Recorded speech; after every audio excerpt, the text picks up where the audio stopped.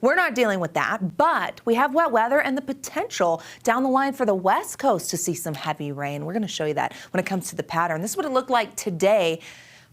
Snowbird, so pretty. With clear skies and sunshine, these views never get old, and we love to see fresh snow on the mountain. Let's talk snowpack for a moment. We're going to talk about snow water equivalent, which is actually, if you melted all of our snow, what the liquid left behind would be. And you notice in the last little bit, from January 10th to the 24th, we have seen an increase in our SWE, snow water equivalent, throughout the state. Last year we broke a record, and we kind of plateaued in December with a sluggish start at the beginning of the new year, but we've seen a more wintry pattern, and as these storms come through, well, that SWE translates to our snowpack percents, which are very healthy in the northern portion of the state.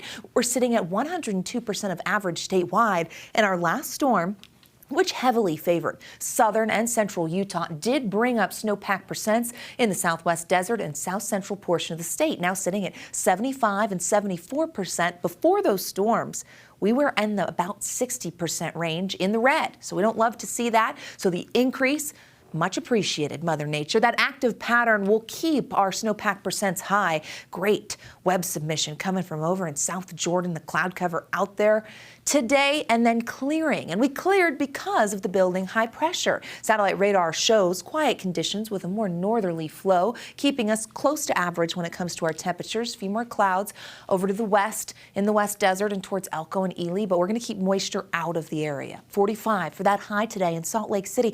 That's 5 degrees above where we typically are this time of year. Made it to 40 in Cache Valley, 46 in Vernal, 50 in Moab.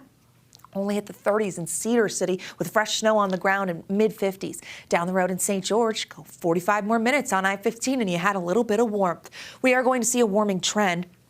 But tonight we dip, and it's because of our high pressure, allowing for clearing conditions. Partly cloudy, dropping below freezing as we close out the hour. 20s expected with partly cloudy skies for the Wasatch Front, and we'll be freezing by 9 a.m., so a frigid start to your Saturday, but the sun comes out, and we warm up with that high pressure building. And it's not just for tomorrow. We put this into motion. You're going to watch this ridge of high pressure build throughout the western United States, dominating the Utah weather story as we make it through the weekend and into early next week. High pressure this time of year does come with a few concerns. Air quality is the big one. Sinking air allows for warming temperatures, but haze will build. We keep our eye early next week off to the Pacific, where we could see a system moving inland that would bring a decent amount of wet weather. That could be an atmospheric river event that heavily impacts the west coast. It would also bring remnants of moisture to the Beehive State, and so we could see a more active pattern as we head into February. High pressure for tonight into tomorrow. Our weekend stays fairly quiet. Few clouds on the ridge building. Central and southern Utah in the clear, and quiet conditions expected throughout your weekend.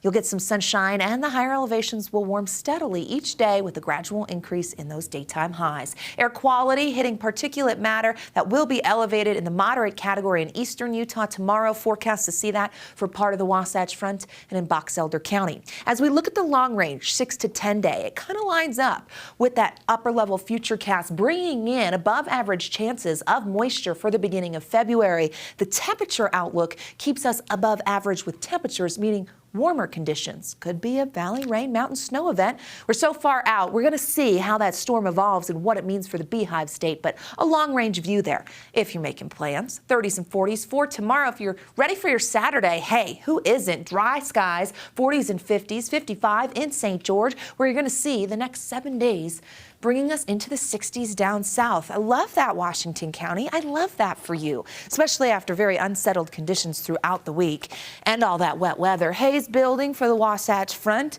and yes, we will see haze for days, but eventually the pattern changes, and late next week we get another crack at some moisture, and we will take it because you know what? This is still winter, folks. Yes. Yeah, we will take it. Yeah. But we're going golfing because of Are you going down south? Are you going south? I can golf here in 50-degree weather. Yeah, that's true. But I saw those 60s and I said, Wes is going to be on vacation. Give me a couple weeks. Suddenly.